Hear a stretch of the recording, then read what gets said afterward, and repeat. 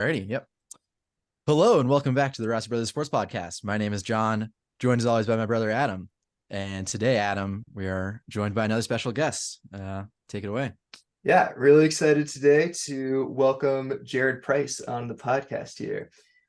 Jared was born and raised in Midwest City, Oklahoma, where he played baseball from a young age. He pitched in college at Oklahoma Christian University. During his time at Oklahoma Christian, the team went to the NCCAA College World Series and won a conference title.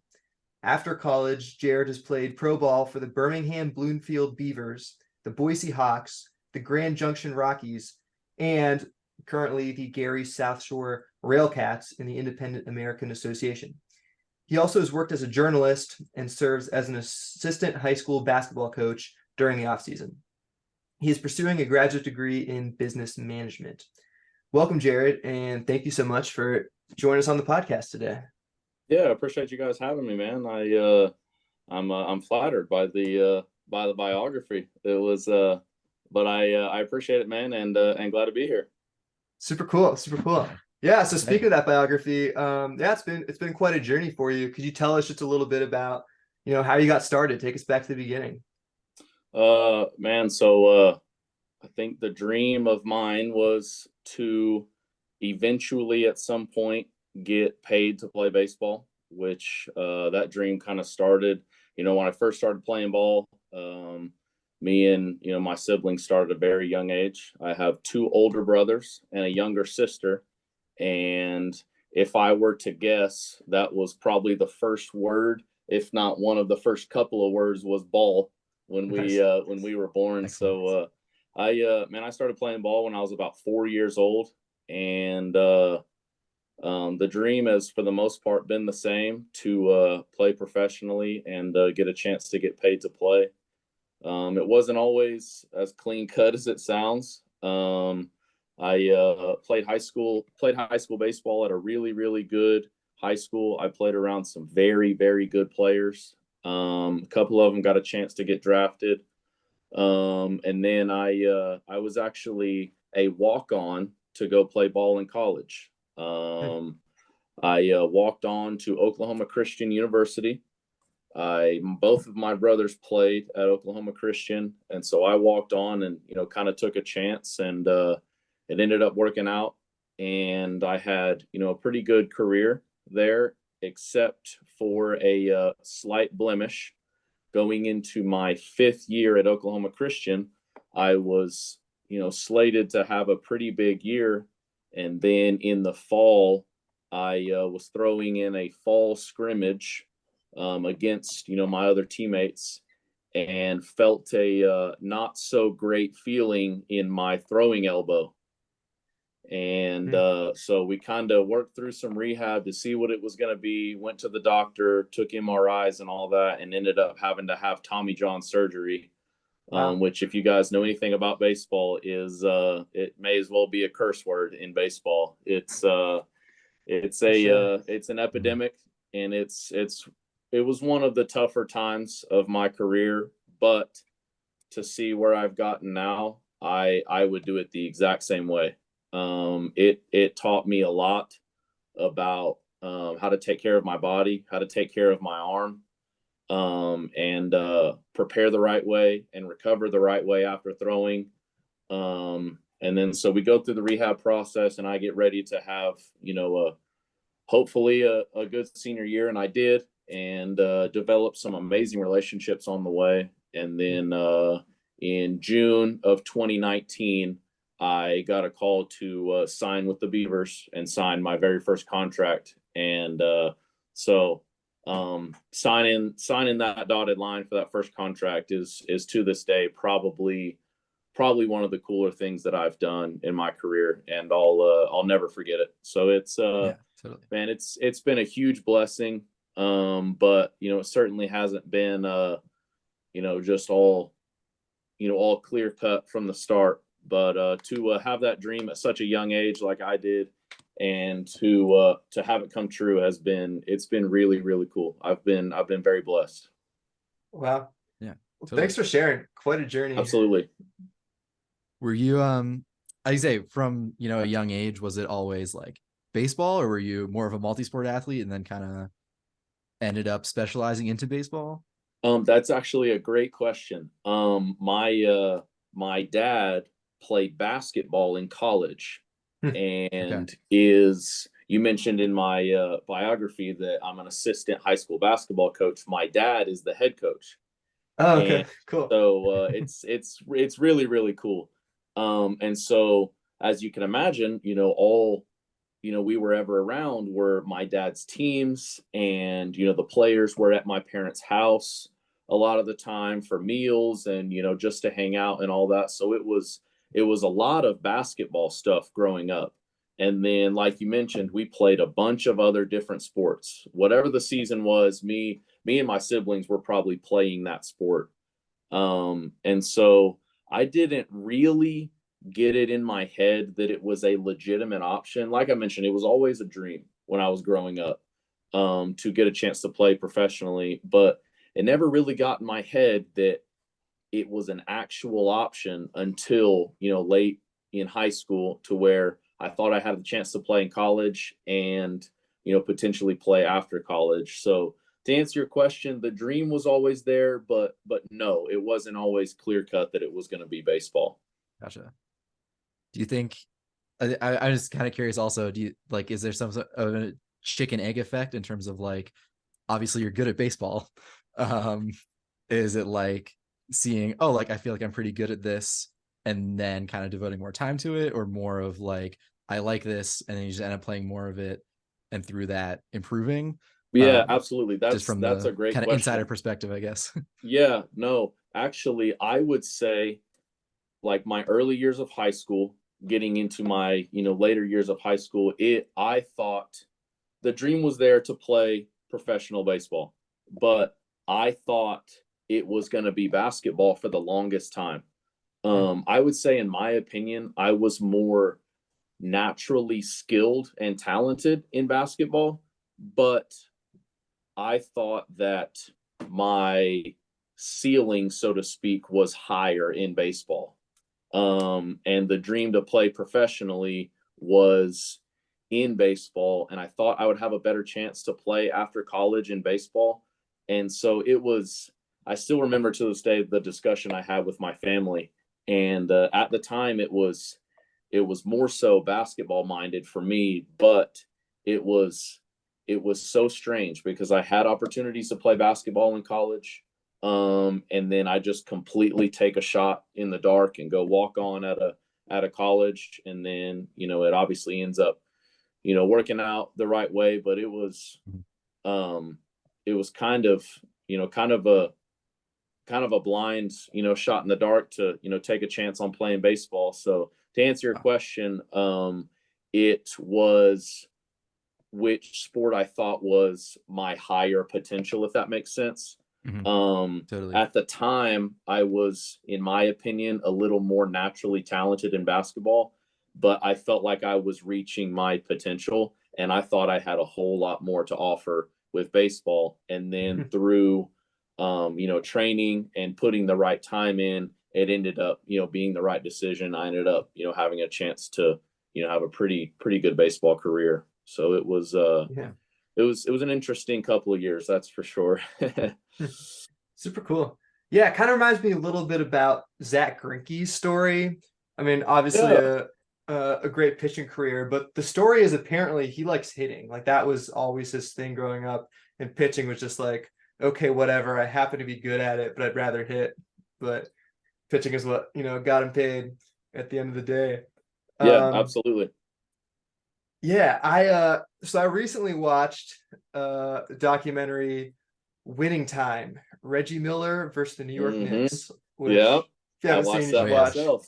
But so I didn't know that he came from such a family. Like Cheryl Miller, his sister, was probably the best women's basketball player on the planet at the Hmm. time. His Yeah. brother played professional baseball, and he talks a lot in that documentary just about what a competitive environment it was with his Hmm. siblings growing up.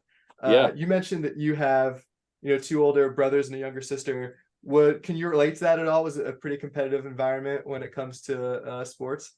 It was absolutely, like I mentioned, my so it starts. My dad played in college. My mom was a really, really good high school basketball player, didn't end up going to play in college. Both of my brothers played college baseball at the college I played at. And my younger sister ended up playing college basketball. And so if we were doing anything around the house or in the house or anywhere, we were trying to beat each other at something.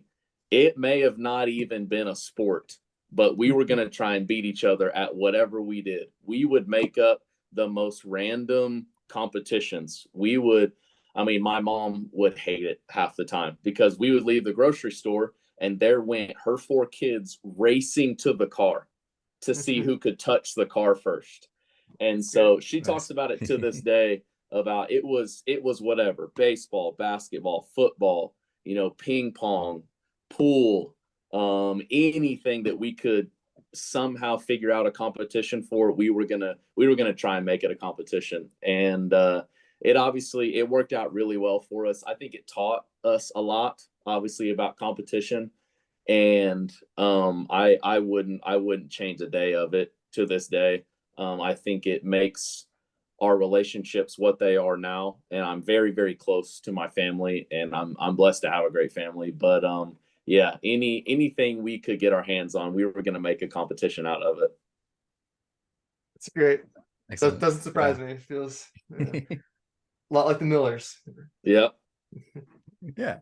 Obviously having that, I think, competition, some of that drive, I guess, like you kind of talked about before, led you to college and then eventually, to sign your first professional contract.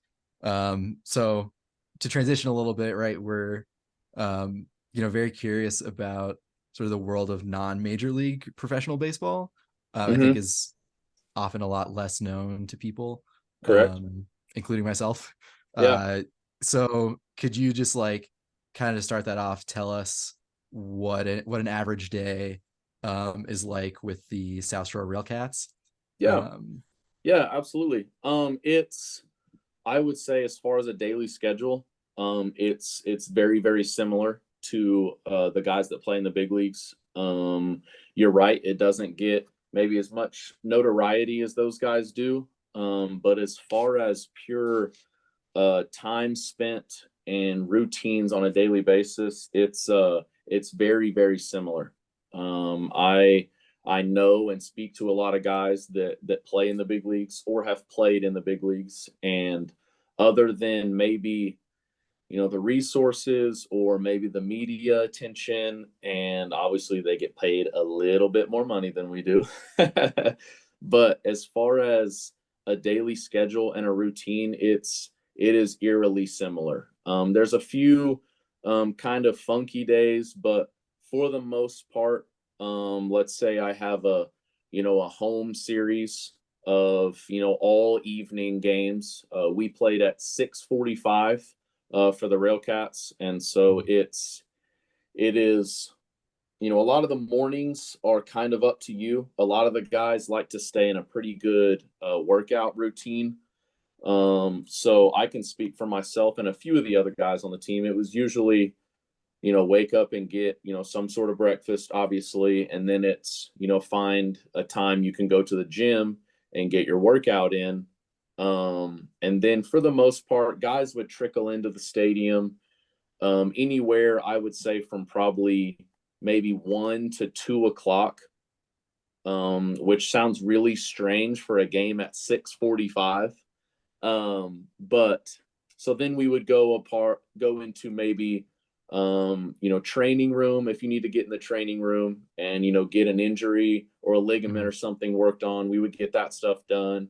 And then it's team practice, as you would want to call it. It's not what you would think as practice. It's the pitchers will go out and get their throwing in, and we'll kind of work on some of the stuff we've been trying to work on in the games. The hitters will take their batting practice. And then as the home team, we will get off the field and let the away team do the same stuff. And so we'll go in and have some decent time off. And that's kind of when guys start to get in their actual game day routine. Some guys are different. Some guys can hang out till 5 or 10 minutes before the first pitch or so. I can't do that. I'm considered a little bit older in our industry, and so my preparation as far as my body and my mind starts a little bit earlier than the other guys. I'll usually get going about, I'd say 45, maybe 40-ish minutes before the game. I'll start getting my uniform on and getting all that stuff ready to go, and then start kind of getting my body ready for the game. And then kind of go from there. The days can get kind of long. But for the most part, the guys kind of just embrace the schedule, embrace the grind, so to speak, a lot of guys say. And it's your job, and we're trying to do it to the best of our ability.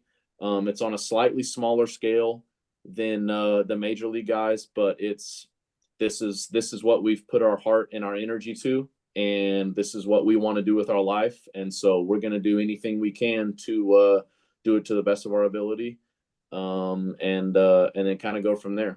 We usually have, unless we go on a long streak, it's usually about 1, maybe 2 off days a week. And so you kind of just get in a routine of showing up to the stadium every day, ready for work, and try and do your job, so to speak, to the best of your ability. So I hope that answers the question, but that's about as close to a daily routine as I can get for most guys. I was gonna say totally. It answers the question, and it brings up a couple of other questions for me too. I was gonna say if it's okay if I go ahead, Adam, but like a couple of the first things that come to my mind. The first one is like just kind of from like a coaching standpoint, I guess, how more kind of like independent versus like very regimented are things, because like obviously my experience is at maximum like high school level of stuff, which is usually like everything's kind of top down, but like talking about people doing workouts in the morning, something like that, like how individualized versus team bases like that, and then particularly for being a pitcher and having like scouting reports, like you're saying, stuff you want to work on. Correct. Is like, is that something, I guess, like I don't know, when talking about scouting stuff, I guess if like you're saying, it's something you want to work on in game or something during your like absolutely. before the game that you work on that. But anyway, how that works. As far as the coaching goes, it's a lot of the word I'll use is managing. On our team, our average age was probably 25-ish. So it's a lot of guys that have been playing ball for a really, really long time. And so as far as, coaching and all of that stuff goes, at our level, it's pretty independent. And so as far as, your workout routine and all of that type of stuff, it's kind of whatever you need to do personally to perform at your best on the field, because that's ultimately the thing that matters.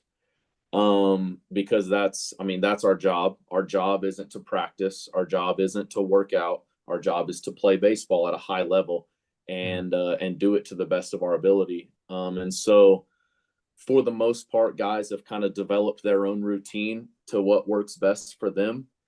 And as far as, scouting reports, so to speak, we get throughout, as the season goes, we'll get a fairly detailed scouting report of, guys we're going against. And, certain guys can hit, certain pitches in certain areas really, really well. And, maybe they can't hit, another pitch specifically well. There's not really there's not any bad players at our level. All of these guys were the best in college, and they're professionals for a reason.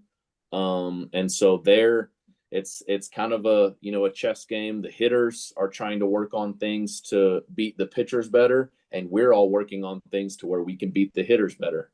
And it goes through phases. You'll see the major league guys go through phases, and I went through a phase this summer of working on one specific pitch, for a couple of weeks at a time.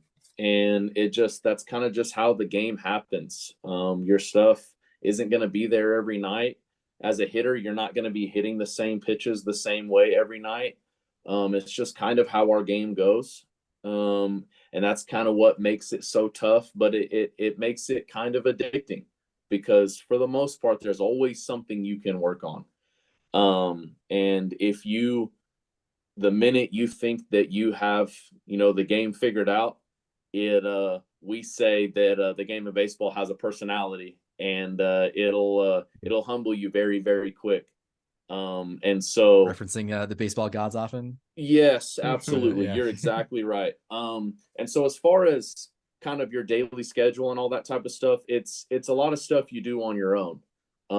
And at our level, a lot of the guys can notice the stuff that they're not doing well or doing well.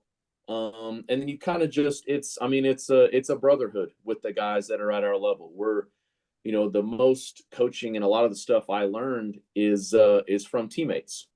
And so, cause they're going through the same stuff and we're bouncing off ideas off each other. And that's when that, those daily routines come into effect is, everybody's out there trying to work on something and perfect their craft. And then hopefully go out there and perform to the best of your ability. But as far as coaching and all that goes, it's a lot of managing and trying to put guys in the right spots to be successful. But other than that, it's kind of doing what you need to do personally to try and perform at the highest level. Huh. Cool. This is all so fascinating, Jared. I've enjoyed talking to some hitters about how they decide to swing the bat or not on any pitch that they see. But I'm not sure I've necessarily talked to a pitcher about this. So yeah, I'm just curious. You're like up there on the mounds. What are some thoughts going through your head when you're communicating with the catcher about, what pitch you're going to throw next? Yeah. So there's a pretty good amount that goes into it. At the end of the day, the baseline is you want to go with what you feel best with yourself, and you want to trust it, and you want to throw it with conviction, is what we say. But man, a lot goes into it.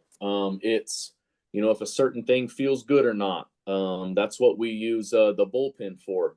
And so for the most part, to give you an example, I'll run out of the bullpen into the game, and then the catcher will come and we'll kind of talk about what we got. How did this pitch feel in the bullpen?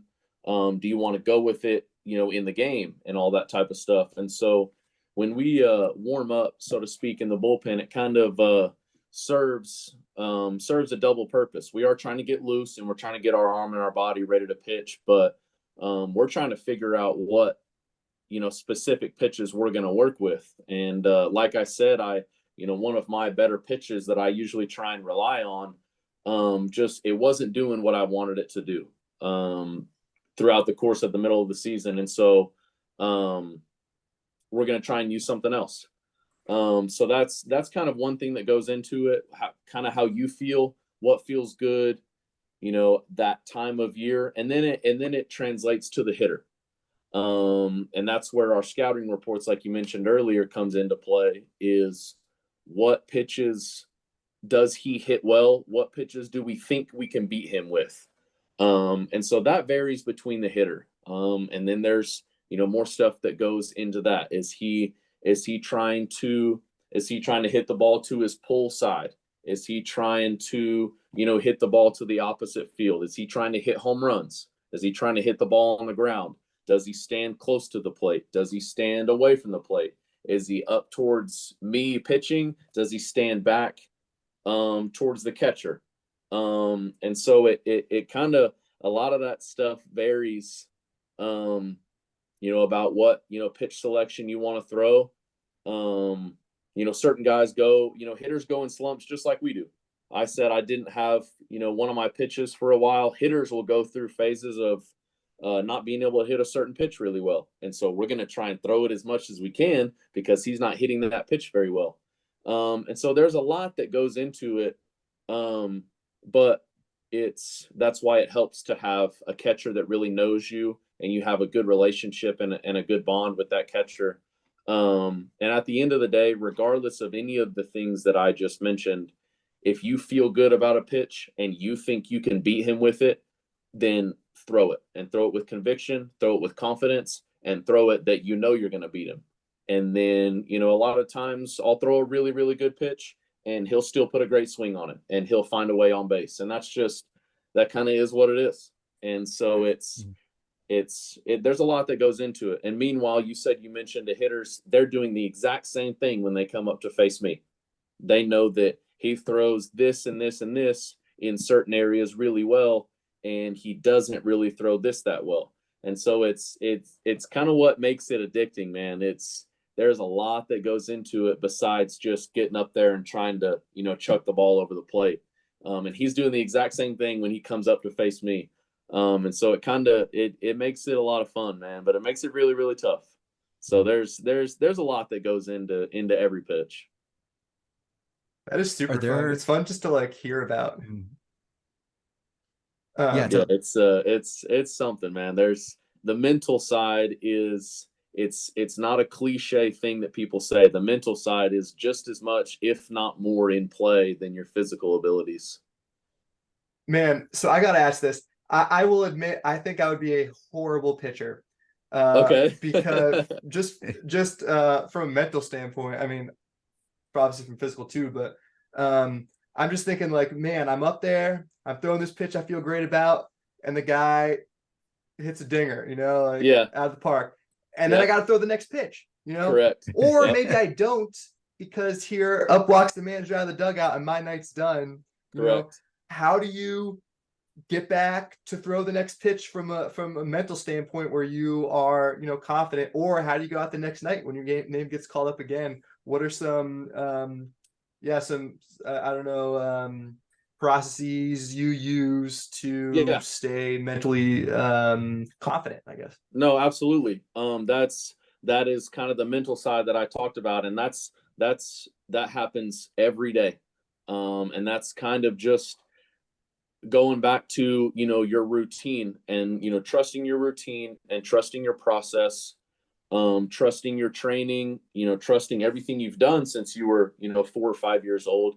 And one thing that I have grown up and matured on is that mental side. And I'm nowhere near where I would like to be, but I've certainly grown up a lot, is not putting all of, the importance or my thoughts or energy or whatever, or so much weight on results.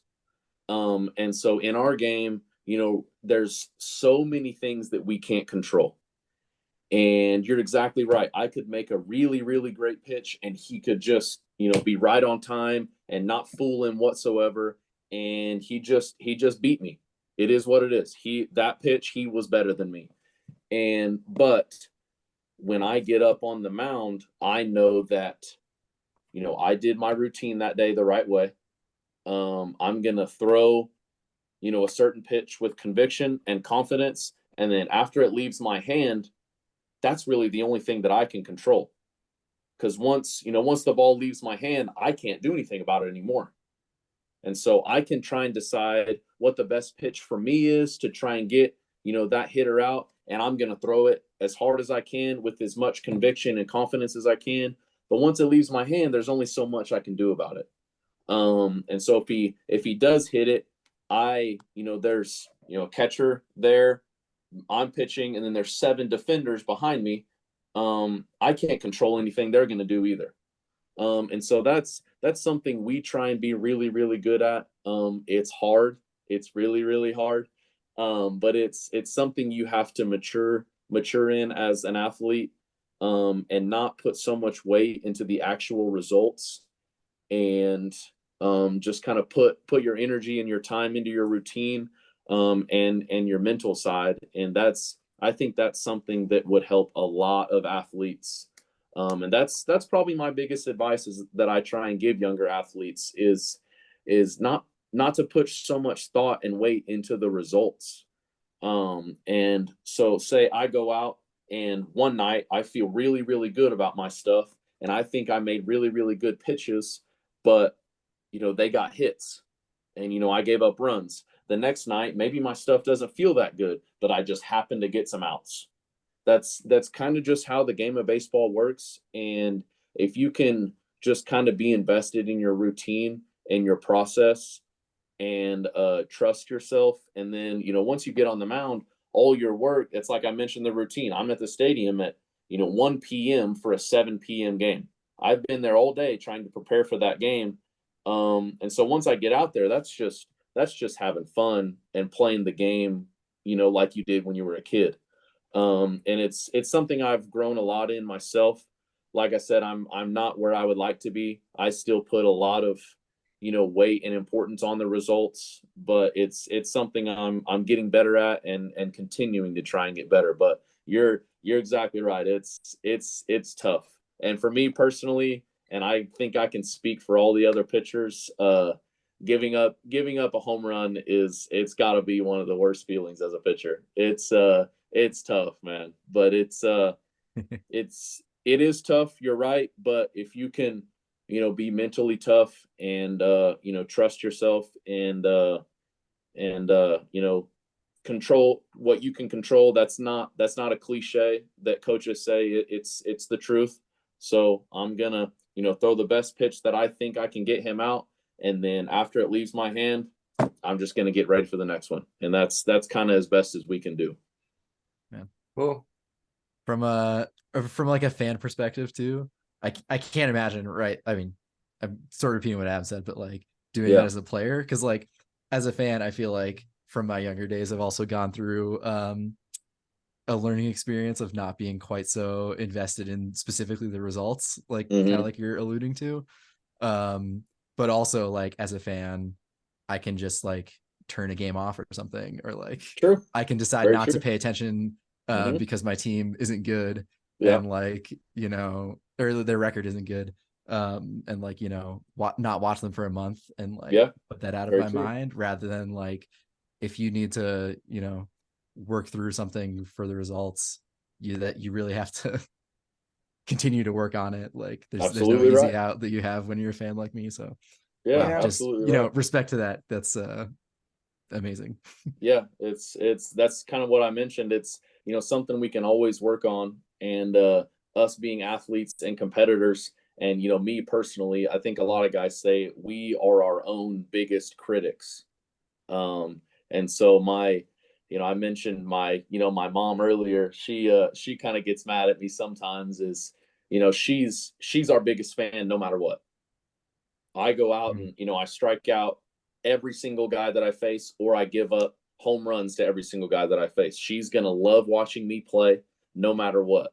And she kind of gets irritated at me sometimes because I can always find something that I feel like I can get better at no matter what. And I think it's a both good and a bad trait to have, in my opinion. I think it's a good thing because you're always trying to get better and always look for what's next. But I think you should also be proud of yourself and be confident and trust yourself and know that you're there for a reason. But it kind of makes it fun, man. It makes it addicting to show up every day because there's always something that we can find to try and get better at. Sure. That's tough balance to strike, Phil. Like you said, I think it's an important one to find. Just want to ask you quickly, you talked a lot about your process and routine for the season, but right now it's the off season, and for several months of the year you're not playing baseball. Talk a little bit about what that looks like for you, just your routine for those months when you're not playing during the season. Yeah, absolutely. I think a lot of guys are a little bit different, but I think as far as maybe the timetable, a lot of us are pretty similar. I think when we get home from the season, it's a little bit of a decompression type period, because we built up the off season before that to get ready to go play. And then for me personally, I was at our facility, like April 20th, and then I got home for good like September 10th. And it was, a few scattered off days here and there, but it's pretty much every day, some sort of practice or workout or game. And so I think I can speak for a lot of guys in the fact that when we get home, it's kind of a decompression period, both physically and mentally. A lot of guys may have had some lingering injuries that they were playing through the end of the year, and they're going to try and get those, healed up. But for me personally, it's a big mental decompression period. I like to get home and kind of tuck my baseball stuff away for a while, and really spend some time with my family, and my friends at home, and kind of put baseball on the back burner for a little bit, so to speak. Um, and then for me, like you mentioned, I get right into coaching when I get home. I'm blessed to have a really really cool job to come home to. I get to coach high school basketball with my dad every day, which is really really cool. It's a big big blessing.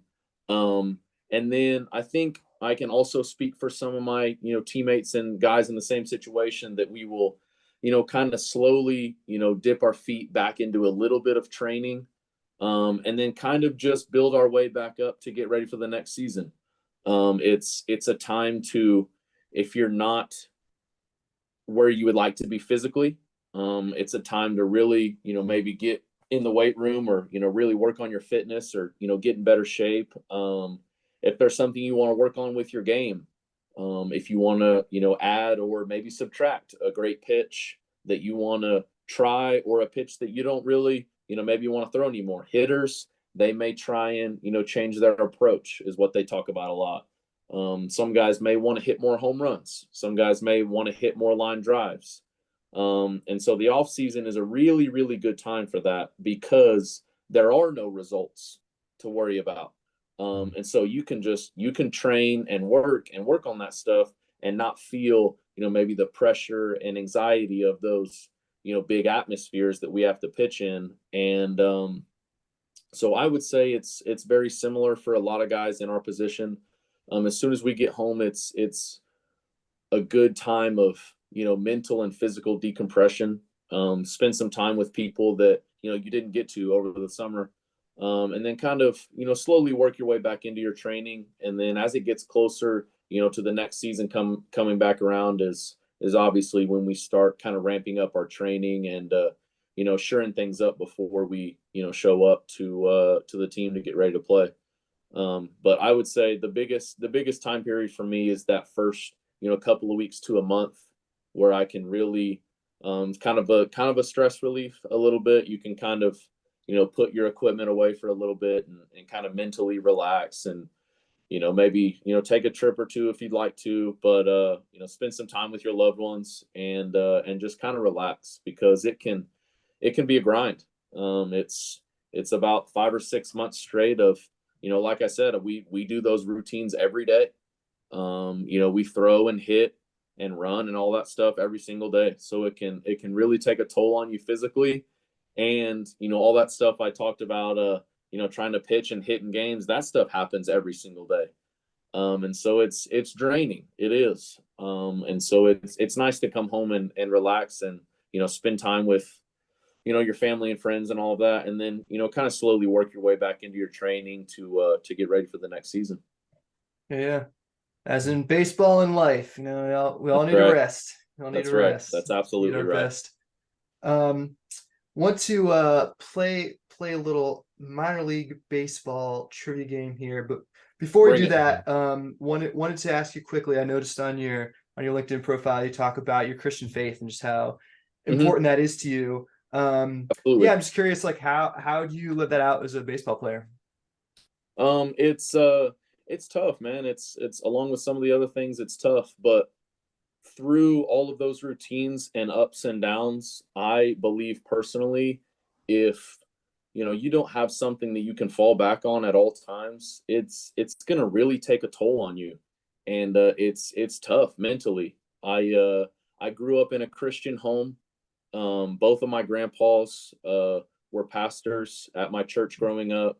We were in church a couple times a week growing up, and I'm very very thankful for that. And so that is probably my biggest blessing, is having a household and a family that believes accordingly, and having something that, I can believe in, and, put my heart and my mind into, knowing that I'm a Christian believer, and that, you know, uh, no matter what, that I can always, fall back on that, and have something I can, really root my life in. And, because if you don't, a lot of this stuff is going to really overwhelm you.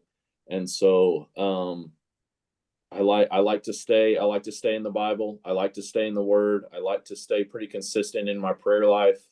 As I mentioned with my baseball, it's probably not where I would like it to be, but, I am a fervent believer in Jesus Christ. It has helped me and gotten me through a lot of ups and downs in life. And, as this, kind of the stuff we were mentioning, if you don't really have something, whatever that may be, I would never push, my beliefs or anything on anybody, but that is my belief personally. I do believe in Jesus Christ. I believe that, he died, on the cross to forgive us for our sins. And I believe in that. I do.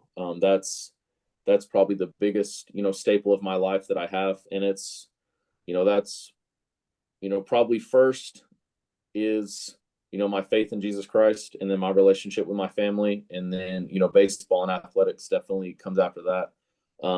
But I was very, very blessed to be raised in a Christian household, and I am, happy to continue in that faith to this day.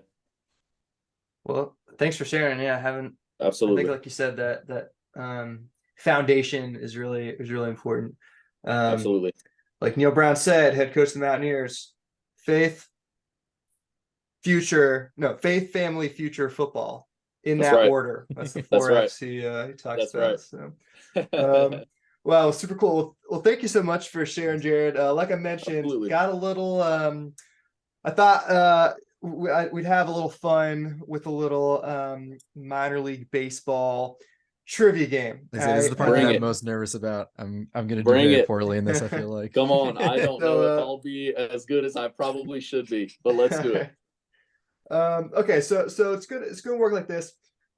You may be aware that a lot of minor league teams, and this is something I just love about minor leagues in any sport, not just baseball, is that they're always doing these promotions to get people out to the games. True. And one of my favorite promotions is when these teams will actually change the name of their team for a game or a weekend Yeah. or a whole week. Yep. In order Yeah. to attract fans, sell jerseys, what have you. So what I thought I would do is read to you some nicknames that teams have changed to, Okay. and see if either you guys can guess where these teams are located. This is an ode to something from what area of the country. Okay. I will Okay. try my best. We don't need to know the original nickname No, you don't. necessarily. Okay, cool. You don't, All yeah. right. That gives Bring me a it. bit of a chance, I think. All right, cool. And we're not keeping score just for fun, but I had a fun Okay. time reading about some of these. All right. Okay, so this team for a weekend series, I think this was past year, changed their name to the Space Savers. The Space Savers. And you might ask, well, what is a space saver? Well, a space saver honors this nickname change honor the people who shovel out their parking space after a snowstorm and claim that space with any object such as a chair, a cone, anything they find around their house. So it's not like someone who before, people in classes above me in college, when they graduated, it was like a thing where you would get an underclassman to like go like very early in the morning to where graduation was going to be and like save like 5 chairs for your family or something. Similar it's not quite that similar. Yeah. Okay, Gotcha. Yeah, compared to like outer space like protection or something. Yeah. Okay. So maybe I'll set some ground rules here. We'll say state. Okay. Ooh, this could be fun. Okay, fair. so I want you each guess a state, and then I'll give the brownie points to whoever can guess the state that's closer to where the team is actually from, based on my amazing geographic knowledge. Okay. I will go ahead. I am gonna go on the route of having to clear the space out, maybe a parking space or a driveway. And so I'm going to go somewhere up north where it may snow or ice quite a bit. And I'm going to have to go with somewhere in New York is going to have to be my guess.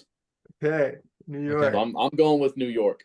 Yeah, Right. the snow implications imply to me something, right? Like you're saying more northern.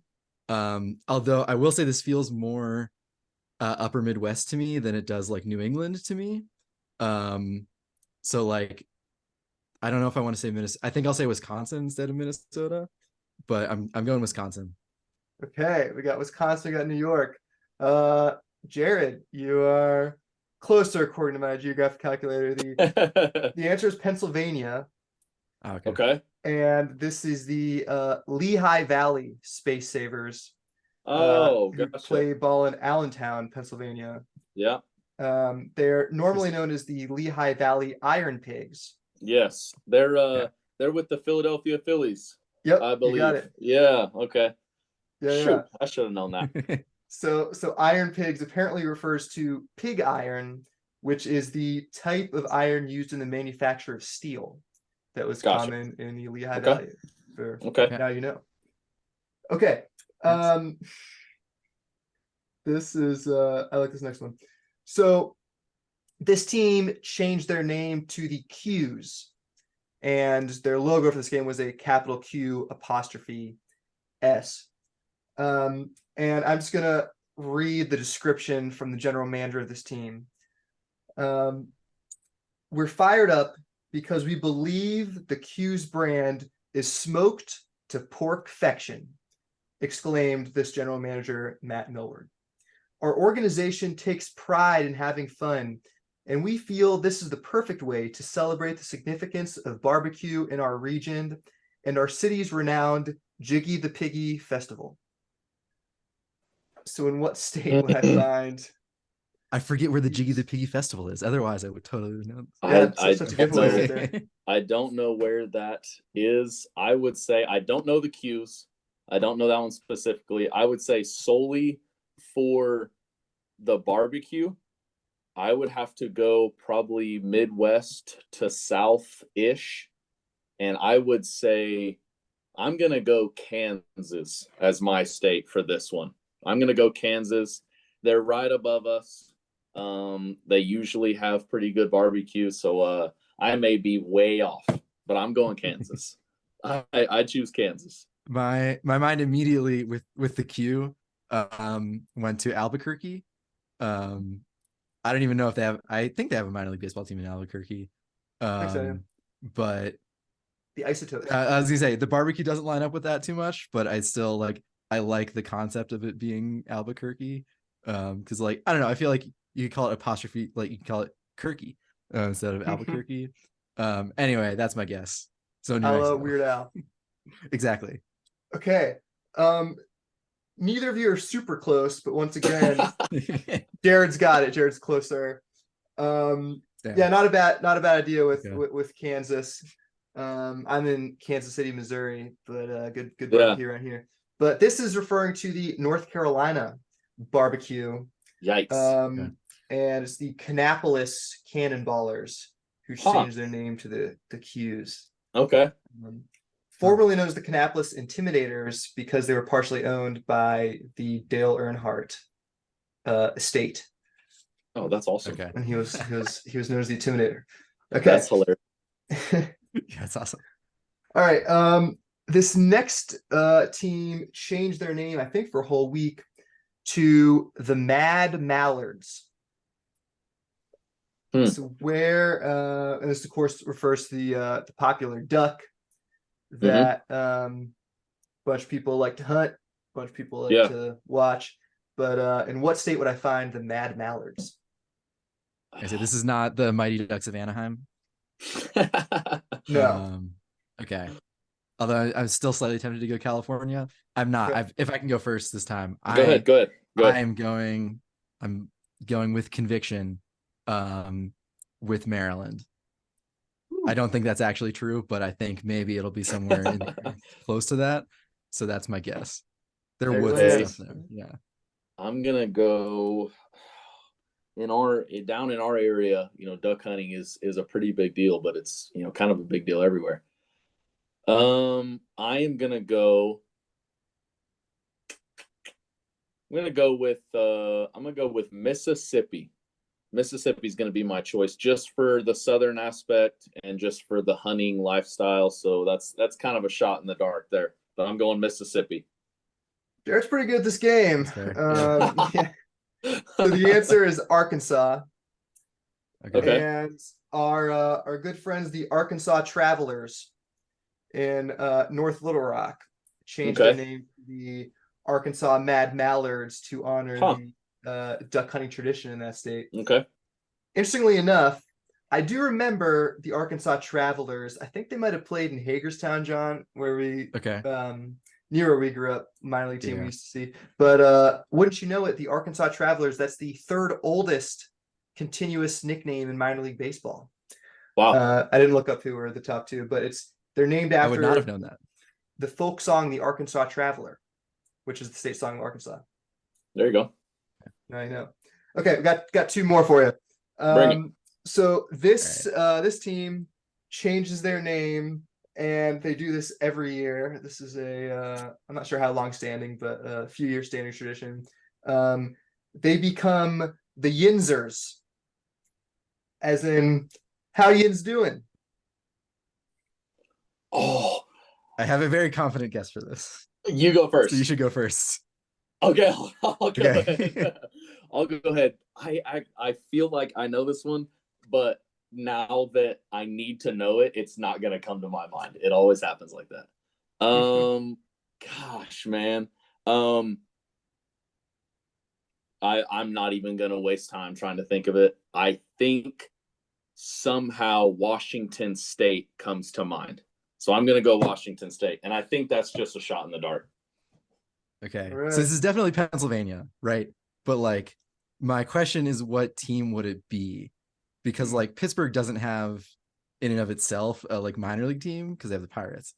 True. But I don't know. It like Altoona it wouldn't be Altoona, would it? Or is it? It would. Really? Would. So I'm surprised I would not have heard of this. Okay. Yeah. So anyway, I have a very territorial advantage having grown up pretty close. This is the one when I was making this. I was like, I think this is John's question. Yeah. So our mom is from Pittsburgh. Okay. So yeah, definitely. I don't think she ever really says Yins from what I can. No, she doesn't recall, quite have the accent, but it's definitely growing up 2 hours from Pittsburgh. I was well aware of there you go. The Pittsburgh. That's cool. Yeah, That's the term Yinzer is a thing. Yeah. So yeah, what do you know? The Altoona Curve now become the Allegheny Yinzers. There you go. A week every year. Okay. All right. I'm glad I got that softball there for me. For like, I gotta restore some of my pride. I guess I'm getting swept here. That's right. All right, we got one more for y'all. Bring it here to finish up. So this team changes. I think this was just a one-off this last year. Changed their name to the Pepperoni Balls for one game. Honors the savory treat of dough stuffed with pepperoni and cheese, and is a staple of this city, or the city in the state. Yeah. Okay. It's gotta. I mean, you would think it's got to be something Italian. I am gonna go with somewhere close to my area because Chicago is big pizza. So I'm gonna go.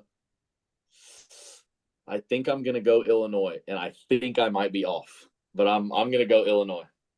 Okay, Jared's guess is in.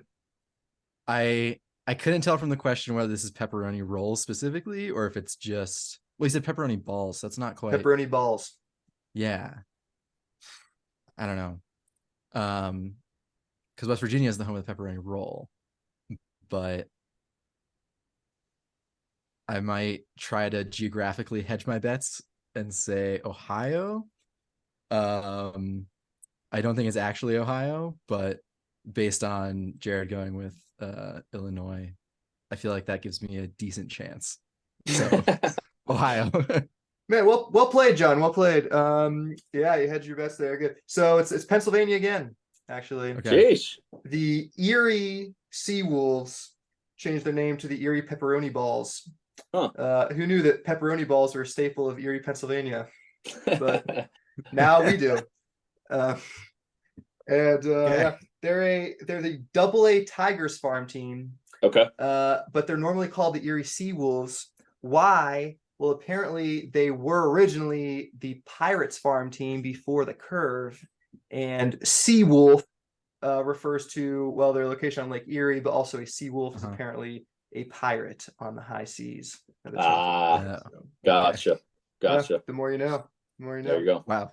Well, thanks for playing this exciting minor league baseball nickname trivia game. Absolutely.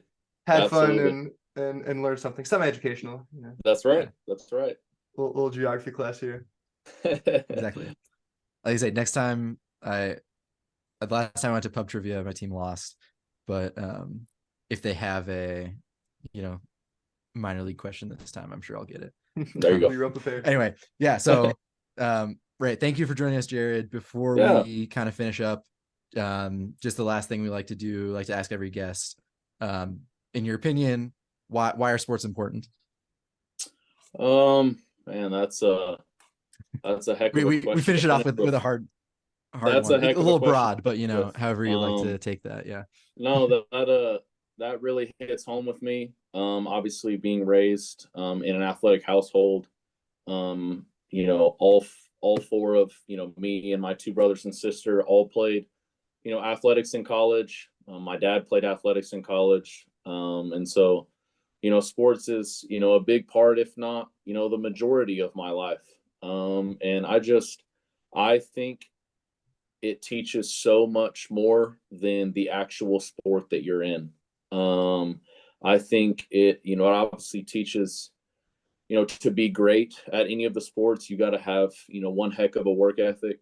You got to have some significant perseverance. And then in team sports, it obviously teaches teamwork, and trust, and being somebody you can rely on, and relying on other people. Individual sports may be a little bit different, but for my sake, I think that's one of the biggest things. For me personally, sports has been obviously a huge part of my life, and one of the things I'm going to take away from a lot of the sports that I played is the relationships that I built throughout my college baseball career into playing professionally. I've built some relationships that'll last a lifetime. Even more so the last couple of seasons, I've met some phenomenal people.